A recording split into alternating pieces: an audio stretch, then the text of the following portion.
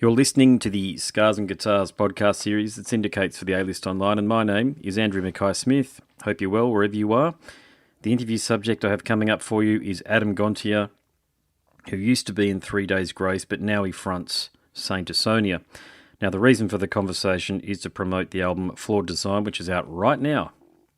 Check it out on a streaming service of your choice, or of course, if you want to support the band, buy the CD direct from their website, or you'll find it. Hopefully the money gets back to the band anyway. But one thing I want to tell you about this, two things actually. The quality of Adam's audio is absolutely potato. These things happen. He's in a remote part of, or just outside of Toronto there, so obviously in Canada. Sometimes, I wouldn't say it's a connectivity issue, it's just the quality of the recording, or the call, so therefore the recording. The second thing, I actually do want you to listen to this one with headphones, because if you're struggling with any addiction, or you've got any issues in your life that relate to addiction and you're struggling to overcome these demons, this is a really good conversation for you to tune into. So I appreciate the audio isn't that crash hot, but I asked some pretty tough questions of Adam about it because I actually have read quite a bit about his issues and his challenges online, and he's pretty much an open book about these things. And by listening to people in Adam's position who have, and I should say are successfully managing their issues, it might empower you to do the same if you're experiencing something similar. So anyway, here he is. Hey, Andy, you're on with Adam. Thanks, mate. Hey, Adam, how you going, mate? Hey, mate. I'm good. How are you? Yeah, good. Just, it's a Wednesday here, obviously. It's probably Tuesday night there, I suppose, is it? But, mate, just dropped the kids off and got some McDonald's, which I don't usually get, to be honest, mate, but I felt like I needed it this morning. You know how, you're one of those mornings, mate. Right. You know. Yeah, I hear you. Yeah. I'm familiar, yeah. Yeah, whereabouts are you at the moment? I'm at home outside. I live a couple hours outside of Toronto. So Okay. I'm at home. It's going on 8 o'clock p.m. here, so yep. Yep. All right, mate, look, I'll get stuck into things then. And look, I'm going to congratulate you on crafting this album here, Flawed Design, because as Dave Mustaine could probably attest, mate, it's such a dark art to produce music that straddles radio-friendly hard rock and no bullshit heavy metal. It's incredibly difficult, but you've actually done it on this album. Look, that's my take on it, but do you think I'm on point there? Oh, thanks, man. No, I appreciate that. Yeah, I mean, we just, we just wanted to try to make the best record we could, and we took some time to make it.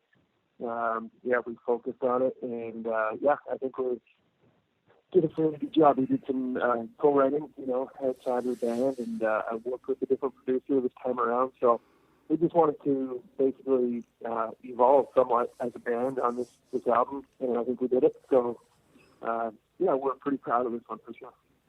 So when you guys were talking about the type of album that you wanted to craft, did you have a strategy, or did things just kind of evolve when you're in the studio or doing pre-production stuff?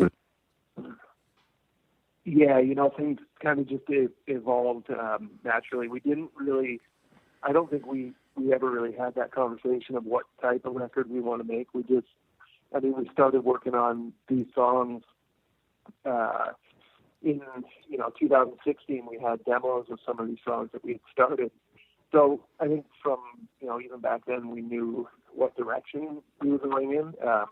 But the songs definitely took on a different life after getting started again on them in the studio with a different producer and with some different ears and that sort of thing, So, definitely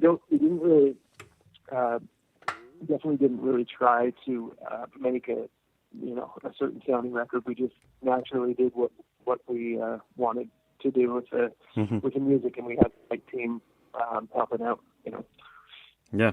Yeah, no, it's the other, you talk about the production there.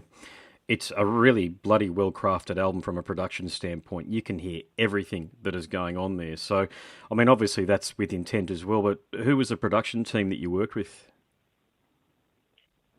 Well, we worked with the producer's name is Brian Sperber, and he's done a lot of stuff. He did a lot of stuff in the early 2000s, a lot of alternative stuff, and like Everclear and Feeder and a whole bunch of different stuff. But then, over the last decade or so, he worked on Three Doors Down to Alter Bridge, And then he did a couple Stain records, and he did one of my favorite Stain records, probably my favorite Stain record, Chapter 5.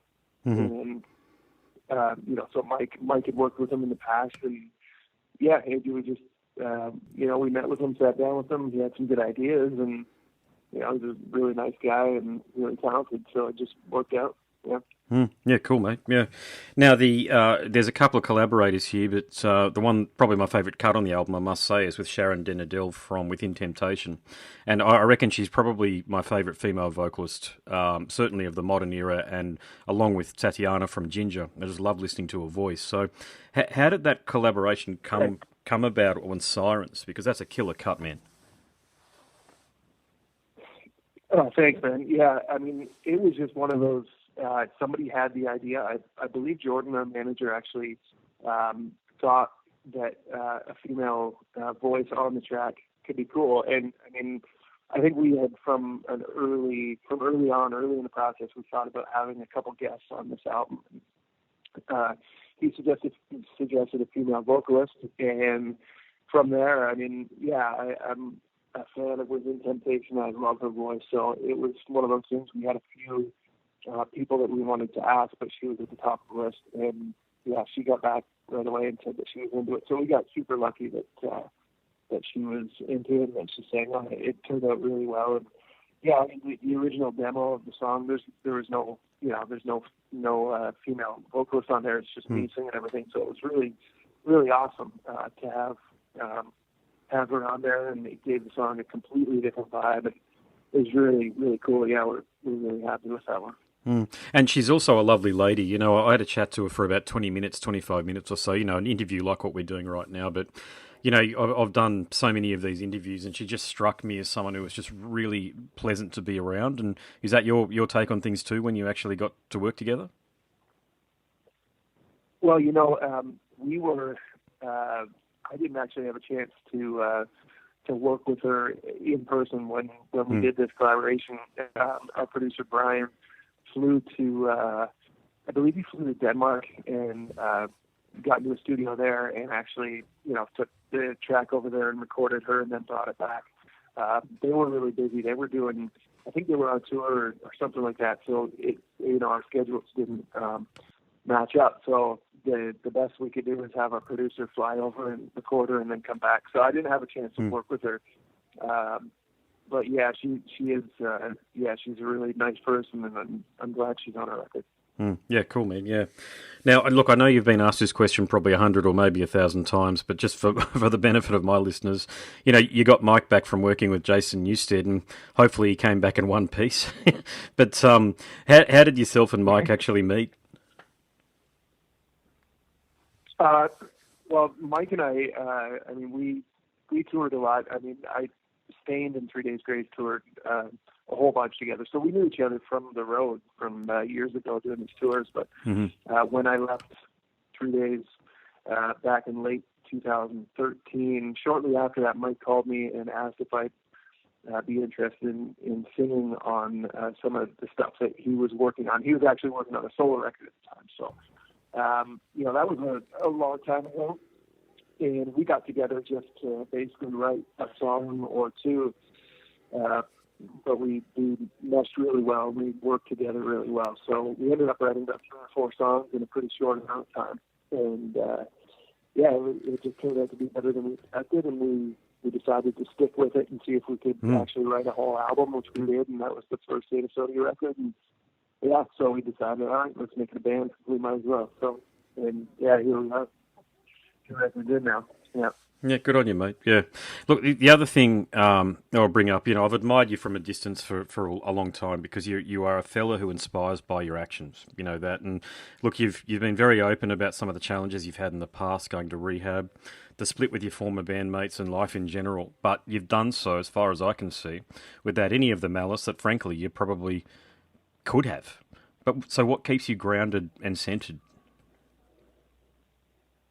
Well, it's always been somewhat of a struggle, the lifestyle of touring and meeting new people and, people always kind of wanting to meet you and that sort of thing. It's definitely hard to stay grounded. Thankfully, my family, over my son was born 2 years ago. Nice, yeah. So, I mean, my wife and my son and my family, I mean, that's really what, keeps me grounded and, inspires me all at the same time. So, yeah, it's different now, now being a father and stuff. It's, I do this, not only for myself and all that, there's a whole other purpose, and the priorities are completely different. So, I mean, yeah, I've always just tried to surround myself with the right people, and yeah, my wife and son are those two people. They certainly keep me grounded at all times. Yeah, I know the feeling. I know the feeling with kids, mate. It's they don't care who you are. You're just dad, and you do what I tell you to do, Dad. Yeah, exactly. Yeah, exactly. Yeah. Look, I hope you don't mind me asking this next question, mate. But are you sober these days in terms of you don't drink alcohol at all? Yeah, I'm 100% sober. I checked into a rehab center roughly about 2 years ago, the same time that my son was born, and I've been sober now, nothing for about 2 years, over 2 years now. But yeah, last 2017, August of 2017, I checked into treatment, and been sober since. Mate, there's a lot of people out there that struggle with what I call casual drinking. So they're not alcoholics, but they're people that drink fairly regularly and still function. And you're somebody who is very successfully, managing your demons, it's fair to say.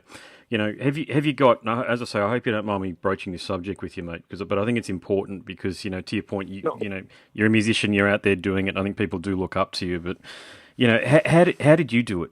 How did you decide one day that you weren't going to reach for the bottle of Crown Royal or Jack Daniels?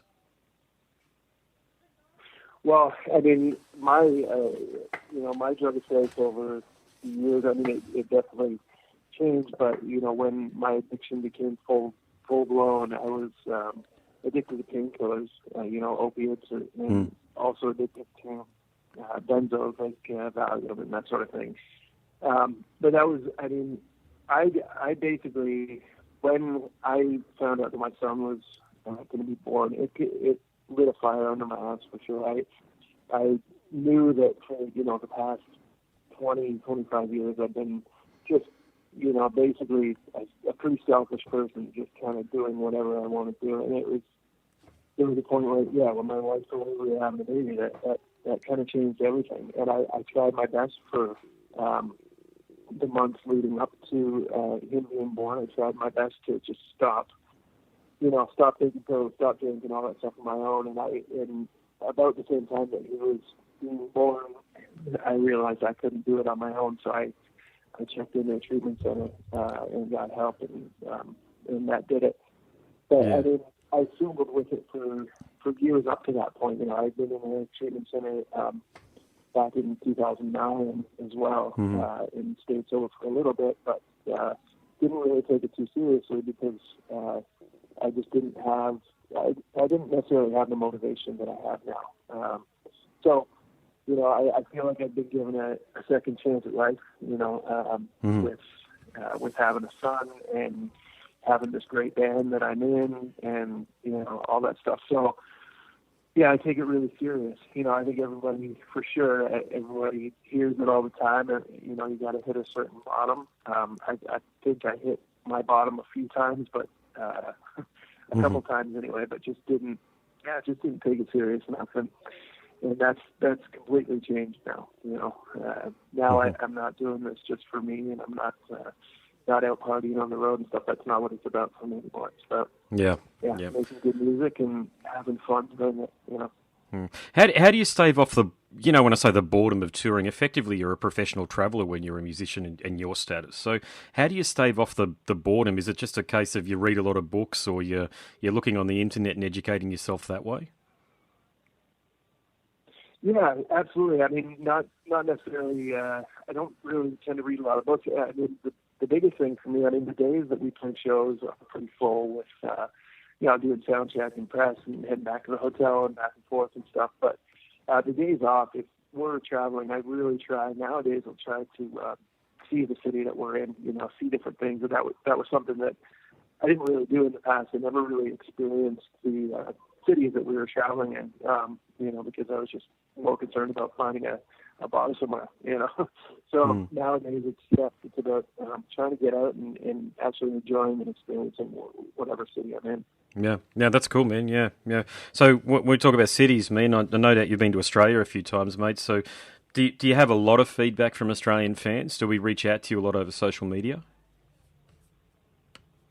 Yeah, I mean, on social media, yeah, I try to read as many comments and ask people, you know, where they're from and where they'd want to see us play, and definitely Australia's up there. And I toured there years and years ago with 3 Days Grace. We opened for Nickelback, and it was a lot of fun. So, you know, the plan is in 2020 here to get over there and tour as much as we can. And if we can get to Australia, it's going to be amazing. Yeah, fair enough. Yeah, mate. That's Thanks very much for the conversation. Actually, yeah, I appreciate that. Sometimes these questions aren't the easiest to answer because I'm asking about your personal life there. But look, I've got there are so many people that listen to this because I have host a podcast series, man, as well, and. It's life sucks a lot of the time, man, and I think just hearing somebody that's Absolutely. in a prominent position like you are, man, and that hasn't had it. You have had it pretty goddamn far from easy, it's fair to say, man, but you've found a way to make it work, and you found a way to value what you're doing with your life. And I think so many people, they lack that courage, I think, to be brave and actually, put down the drink or put away the pills or whatever it might be and just lead their best life and really become the person that God has put them on this planet to do, or whatever the divine source energy is that's put them on this planet to do. And it's tough, man. I think, with the internet these days, we're so... Apparently, we've never lived in a more peaceful time in history than right now. But if you read the internet and the stories on there's so much catastrophization and there's so much out there that pull people away from their true path, if you like. And I think you're an inspiration in that regard, man, because you've been very open about it. And I'm a musician myself, man. It's tough whenever I play not to want to have a beer every set. You know what I mean? It's very difficult. For sure, man. Yeah, and it's difficult, man. So I appreciate your candor and frankness, mate. I really do. Oh yeah, no, absolutely, man. I mean, if I can, if I can reach a few people and just help it, the Alzheimer's get people that have mentioned they're in the same situation, and they've done music or whatever, it's helped them a little bit. That's more than I could ever ask for playing music too. And then if I can, just inspire a couple people or whatever, it's pretty awesome. So I appreciate it very much. No worries, mate. Well, look, great. Good luck with this album, man. I know it'll go really well for you guys because it's a great album, and man, really hope to see you down here sometime soon as well. Yeah, absolutely, man. Thanks very much. I appreciate it. Hopefully, we'll see you sooner than later for sure. Fingers crossed on that one. No worries, mate. Good luck with it again. Okay, thanks, buddy. Appreciate it. No worries, man. All right, catch ya. Bye. Okay, bye-bye. You've been listening to the Scars and Guitars podcast series that syndicates for the A-List Online, and my name is Andrew Mackay-Smith. That interview subject was Adam Gontier from the Outfits, St. Asonia, and he used to be in 3 Doors Down. Thanks so much for listening.